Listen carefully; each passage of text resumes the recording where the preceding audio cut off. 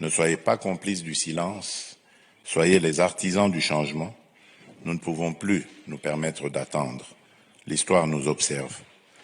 Pour le reste, je puis vous assurer que, plus que jamais, le peuple congolais est résolu à défendre et à préserver l'intégrité de son territoire, quel qu'en soit le prix. Je vous remercie.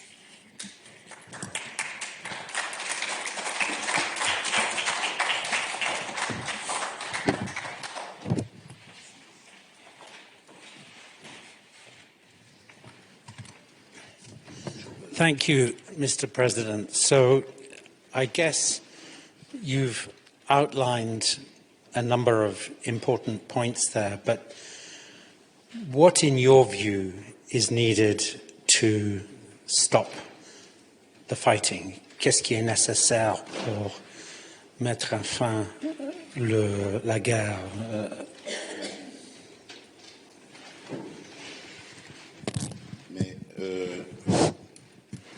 Mais c'est simple. Ce qui est nécessaire, c'est de mettre à l'index le véritable responsable de cette situation, qui est connu, c'est le Rwanda. La communauté internationale s'est pris de pitié, comme nous tous à l'époque, en 1994, lorsque le Rwanda a été victime de génocide. Et cette dernière, la communauté internationale, donc, a demandé à la République démocratique du Congo, à l'époque Zaïre, d'ouvrir ses frontières pour accueillir le flot de réfugiés qui fouillaient le génocide. Et ils sont arrivés par centaines de milliers en République du Zaïre. Et malheureusement, parmi eux, il y avait les coupables du génocide aussi. Plus tard, le Rwanda obtiendra le droit de poursuite de ces génocidaires sur le sol congolais. Incroyable.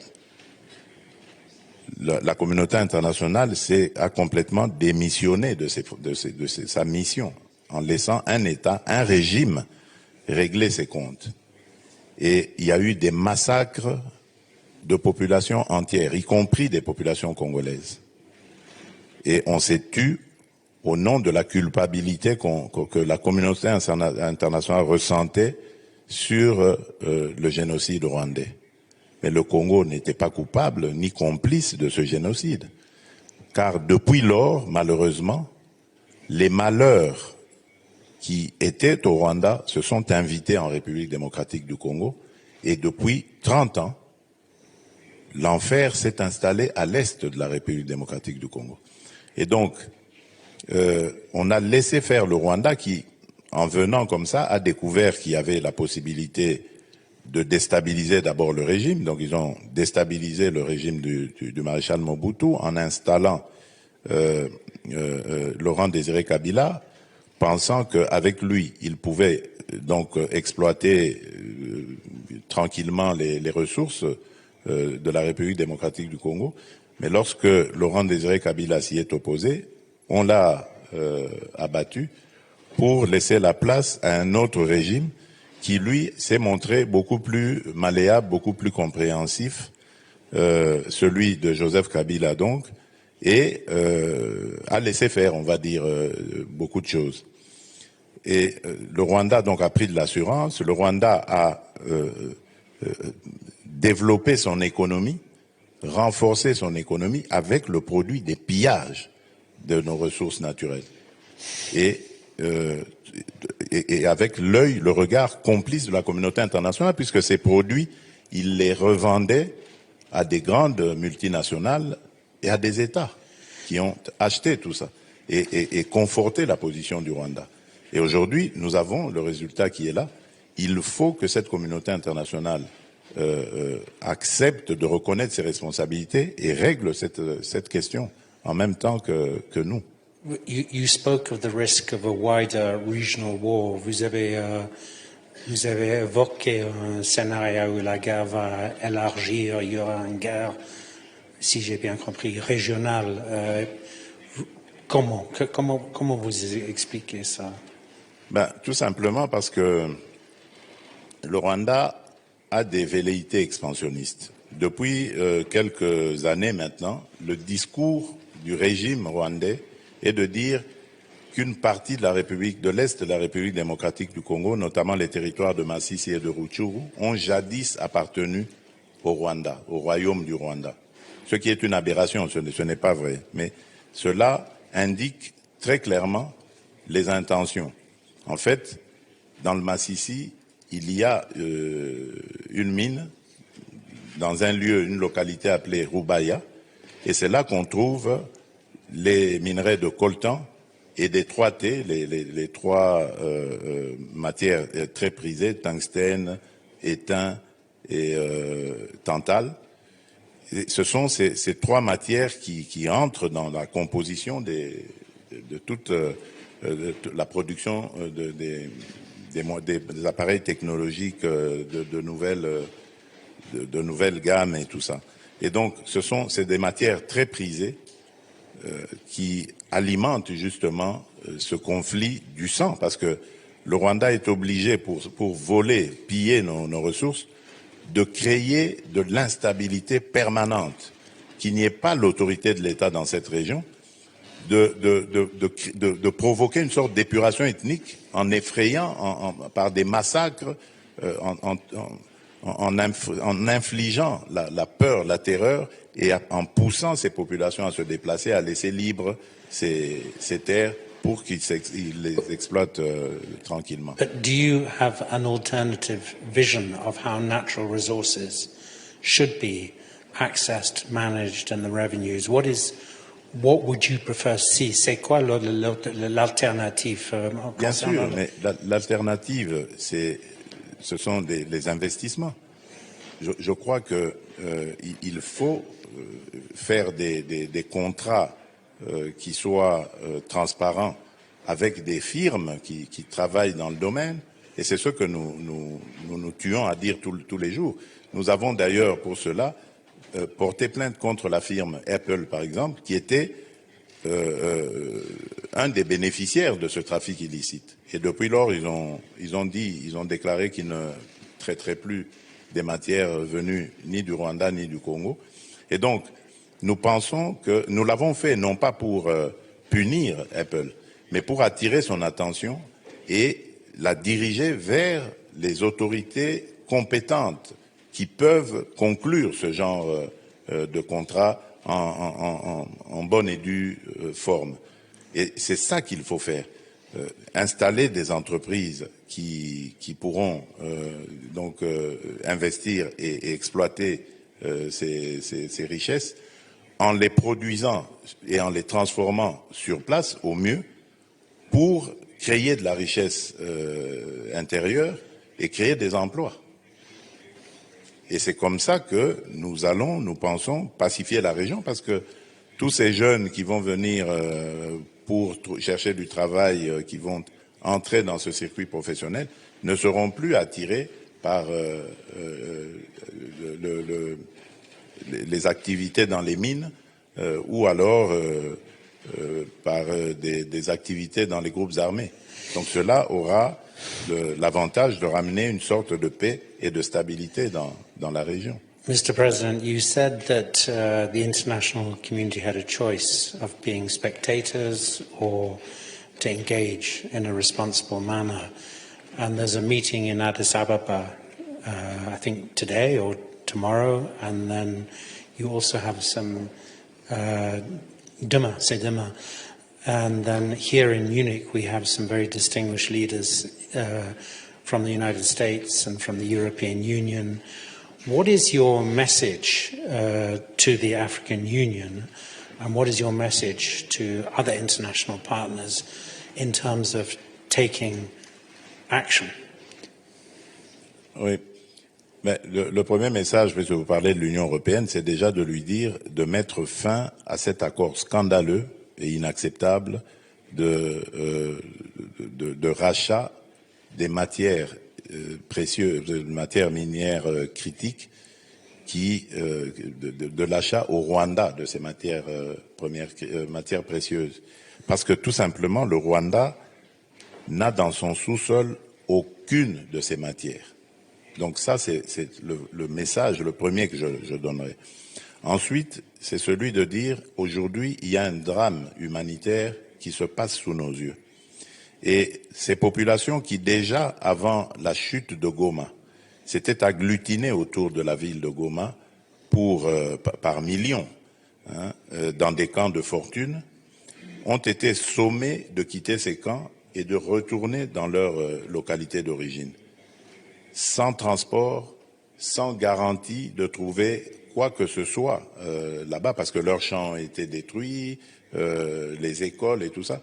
Et il y a des enfants parmi eux, donc qui vont devoir refaire la route jusqu'à leur localité, avec toute l'insécurité qui peut subvenir, parce que c'est une zone de guerre.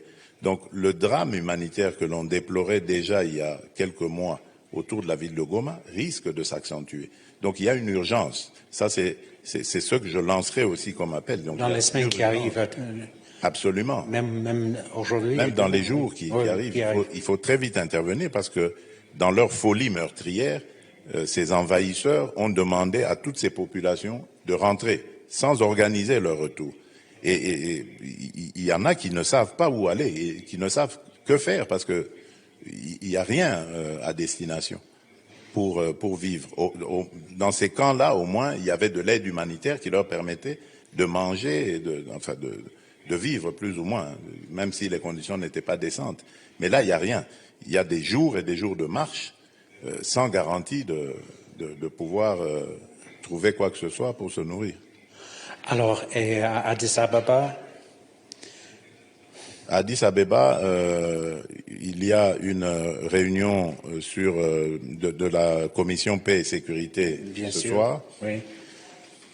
Nous attendrons pour voir ce qu'il y a. La première ministre, chef du gouvernement de la République démocratique du Congo, y est. En tout cas, elle est là pour porter la voix de notre pays.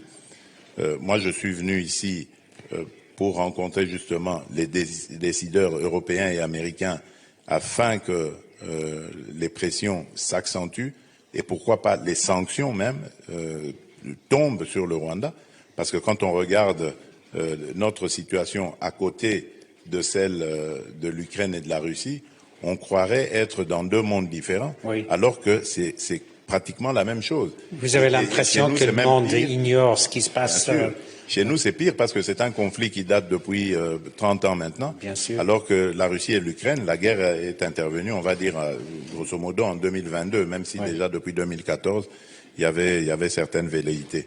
Mais quand on voit la rage qu'on a mis à régler les comptes de la Russie par rapport à l'ignorance qu'il y a ou à l'oubli par rapport à notre conflit, il y a lieu de se poser la question de savoir si ce ne sont pas des mesures de deux poids et deux mesures. C'est pour ça que je parlais dans mon panel précédent d'un multilatéralisme qui est en panne, qui a de sérieux problèmes de fonctionnement. Alors, si vous me permettez, Monsieur le Président, je vais inviter des questions, s'il y en a. Y a-t-il des questions à poser au Président? Non? Si. Alors, là, au quatrième rang. Bonjour encore, Monsieur le Président. Moi, je m'appelle Mimefo, journaliste à Deutsche Welle. La question que je voulais poser, c'est sur le M23. Vous avez carrément dit qu'il n'y a pas de discours entre vous et la M23. Est-ce que ça, c'est une bonne stratégie pour la réconciliation et pour trouver des solutions sur la situation en RDC? Ça, c'est ma première question. Et la deuxième question, c'est, vous avez parlé de la nécessité des investissements en RDC, mais il y en a eu. Il y a eu la Chine et d'autres pays aussi ont investi en RDC. Il n'y a pas eu beaucoup de changements au pays en termes de l'éducation, en termes de la route, en termes de l'amélioration de la condition de vie des citoyens. Ce que je voulais demander, c'est qu'est-ce que vous voulez de plus et qu'est-ce qui peut changer la situation dans le pays en ce moment? Merci. Déjà, par rapport à la première question, vous devez savoir que ce n'est pas une question d'ego, une question d'orgueil ou d'arrogance lorsque nous refusons de parler directement avec le M23.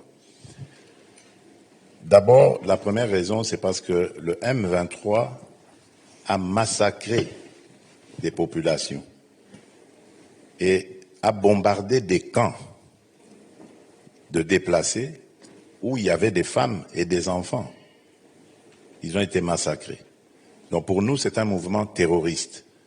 Et on ne négocie pas, on ne discute pas avec les terroristes. La deuxième raison, c'est parce qu'il y a le processus de Nairobi. Le processus de Nairobi règle la question des groupes armés.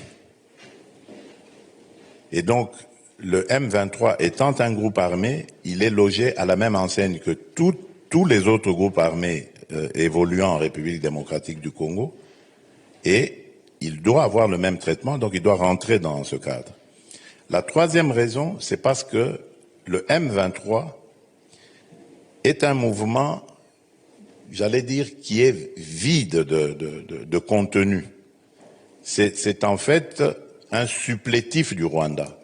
Le M23 est une sorte de paravent que le Rwanda met, mais en réalité, derrière, c'est l'armée rwandaise et donc le Rwanda qui se bat.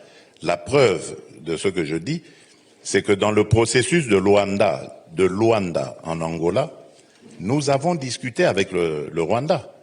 Si le Rwanda n'avait rien à voir dans ce conflit, pourquoi est-ce qu'il répondait aux invitations du facilitateur pour discuter avec la République démocratique du Congo? Donc vous comprenez que c'est le Rwanda qui se cache derrière et qui envoie un mouvement dit de Congolais qui vont venir à la table des négociations pour parler des intérêts du Rwanda. Alors, autant, nous disons, autant discuter avec le parrain lui-même pour qu'il nous dise c'est quoi ses intérêts, au lieu de perdre notre temps et notre dignité à discuter avec un paravent. Donc voilà la raison pour laquelle nous le disons.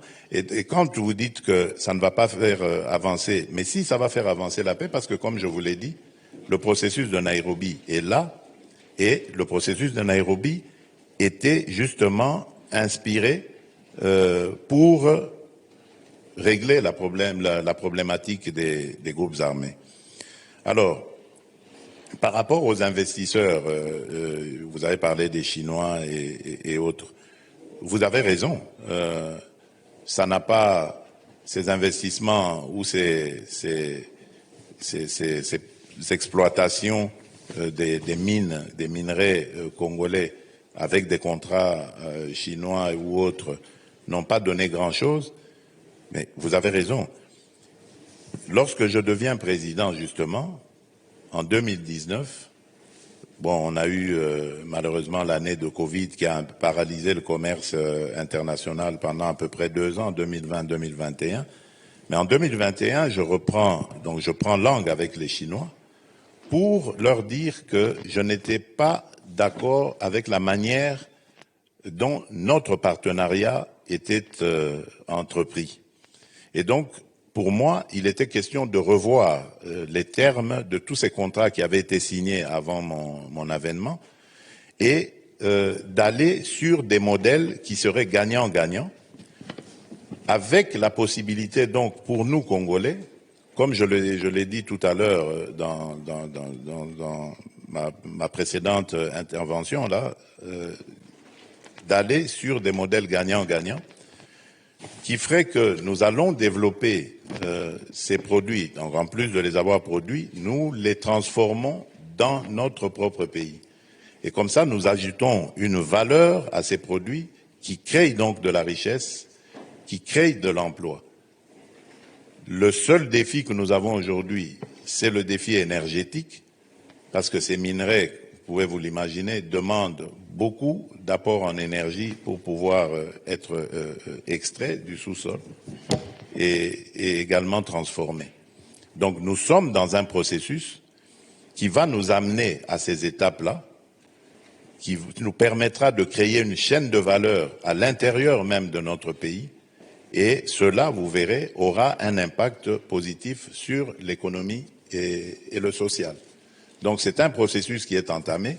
Malheureusement, il va être interrompu de nouveau à cause de ces guerres stupides et injustes qu'on nous impose, parce que nous serons obligés maintenant de mobiliser les ressources que nous avions peut-être préparées ou prévues pour la construction d'infrastructures d'énergie, des infrastructures routières et autres, pour renforcer les capacités de notre armée de défense et ainsi pouvoir faire face à cette agression.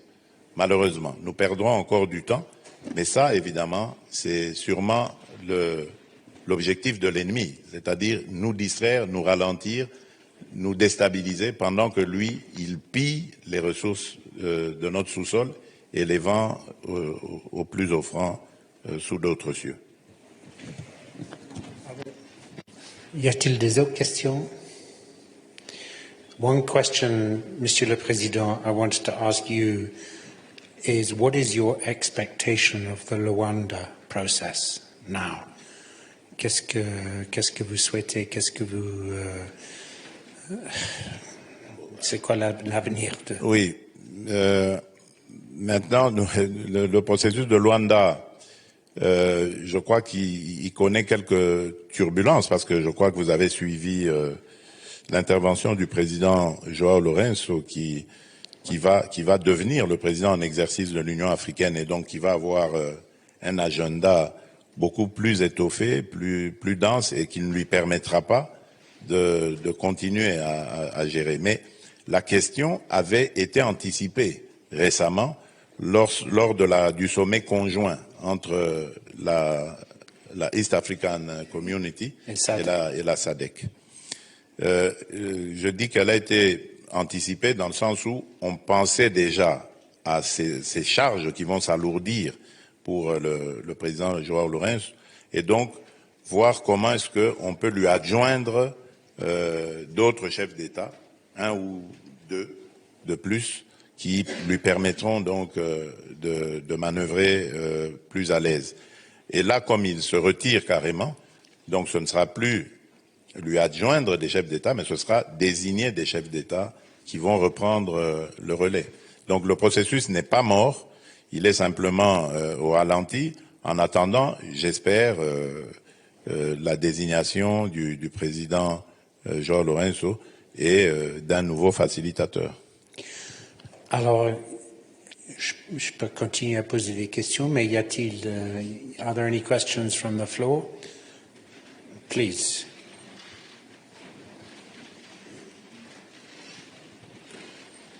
Hi, Mr. President. Thank you.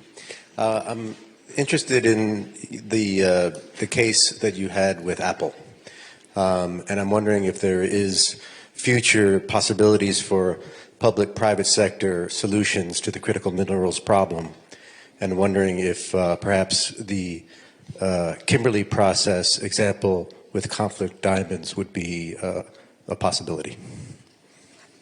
Oui, moi je pense que vous avez raison et je l'ai déjà dit d'ailleurs, il faut aussi pour les autres minerais, coltan, or, cassitérite, en fait, on peut en citer. Il faut peut-être aussi un processus de Kimberley pour ces minerais-là aussi. Je crois que ce serait une bonne chose qui nous permettrait de réguler ce marché. Où il faut une identification par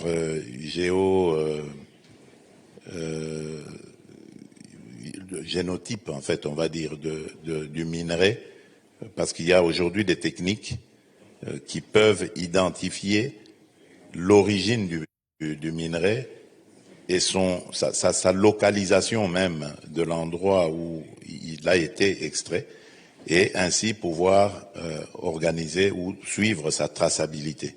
Ça aussi, il y a des entreprises qui le font, donc je crois que ce serait la solution.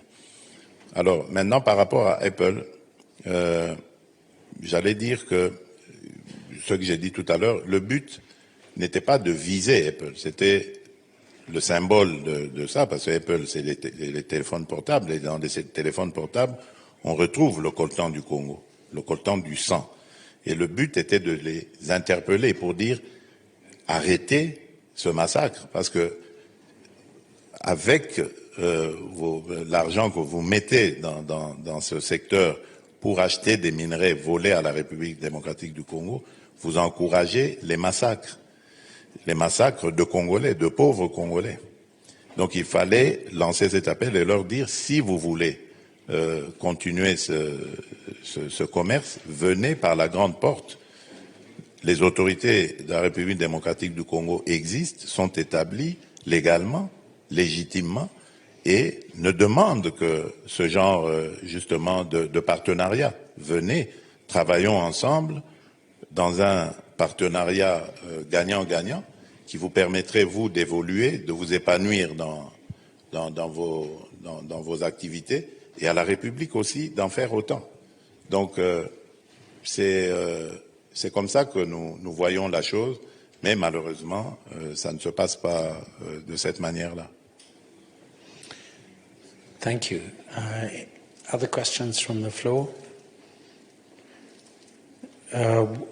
Monsieur le Président, one question I wanted to ask you was about opposition. You mentioned that you've been president for 6 years and there are elections in the DRC. What about opposition within the DRC? Is that a factor in terms of bringing this conflict to an end or complicating it further? D'abord, la situation de l'opposition, j'allais dire, elle est. Nous trouvons aujourd'hui en République démocratique du Congo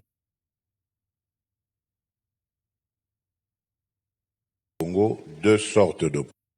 À ses activités normalement, qui a participé aux dernières élections à chance égale avec le président sortant et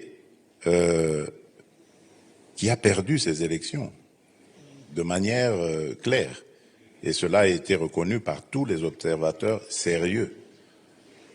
Et il y a une autre opposition, celle du pouvoir de mon prédécesseur, qui a refusé complètement d'entrer dans le processus, de participer au processus électoral, a refusé parce que, justement, elle préparait la déstabilisation, qui devait normalement intervenir depuis 2023 pour empêcher la tenue des élections.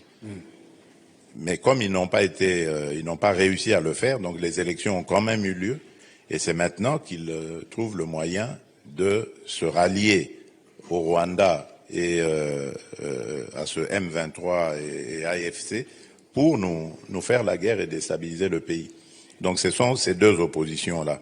Alors, lorsque vous demandez si ils ont comment vous avez dit ça, une sorte d'influence sur les choses, bien sûr, puisqu'ils ont une capacité de nuisance, ils l'ont démontré en s'alliant au Rwanda et en déstabilisant le pays. Mais moi, mon rôle, c'est de mettre tout le monde devant ses responsabilités. L'histoire nous jugera. Parce que ceux qui sont victimes aujourd'hui de ces dérapages, j'allais dire, de l'opposition, ce sont des Congolais. Et ces Congolais-là jugeront ces gens. Un jour, ils sauront qui a fait quoi. Je le dis ici, la démocratie dans notre pays ne s'est jamais aussi bien comportée que sous ma présidence. Dans ce pays-là, quand nous étions dans l'opposition, les opposants étaient assassinés. On entrait, le pouvoir envoyait des hordes de policiers, de militaires dans les églises pour abattre des opposants. Les manifestations étaient interdites. À chaque fois qu'il y avait des manifestations, on devait dénombrer des morts. Aujourd'hui, ça n'existe plus. Toutes les manifestations se passent sans encombre. Les droits et les libertés sont respectés. bien entendu, les dérapages sont sanctionnés parce qu'il ne faut pas confondre opposition et anarchie. Donc, ceux qui font de l'anarchie, ils sont convoqués au tribunal et vont se justifier. Donc, je n'ai absolument pas l'impression que l'opposition qui a pris les armes, qui a fomenté avec le Rwanda ce coup contre la République, est dans son bon droit. D'ailleurs, la preuve, c'est que les vrais commanditaires se cachent. Et le vrai commanditaire de cette opposition, c'est mon prédécesseur, c'est Joseph Kabila. Mais il ne l'avoue pas, il n'assume pas ses actions. Voilà. Well, we're coming to an end. Is there one more question? Because otherwise I would, Mr. President, you know, to end where we started, the human tragedy in your country, the number of people being killed, the number of women in particular who have been victims of sexual violence, the number of displaced, and yet we're living in a moment where availability of humanitarian support is going down, and where there are huge demands on rich countries, you know, for other crises. Have you, in your conversations here in Munich, been talking to Americans, Europeans? I see many leading figures from the Middle East about the need to attract more support in this area and more action.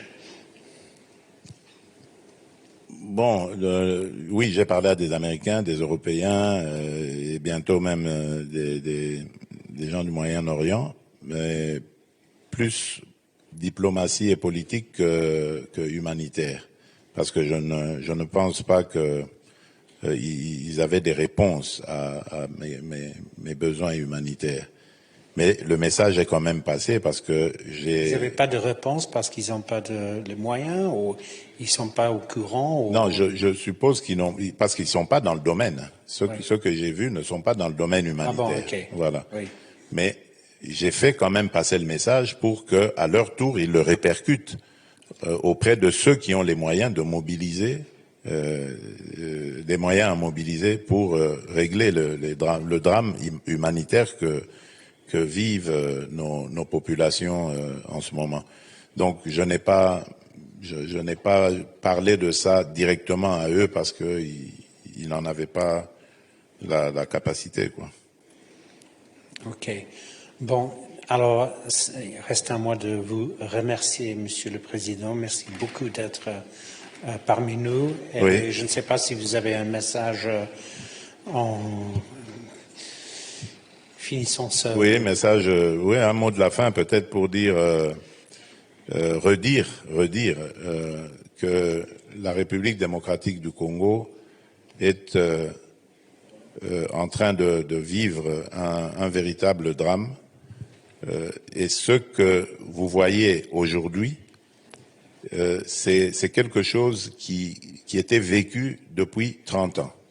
Aujourd'hui, ça apparaît comme un conflit nouveau, mais en réalité, c'est un conflit qui est latent. Depuis 30 ans maintenant, ces populations sont toujours en détresse, elles sont déplacées, les femmes sont violées,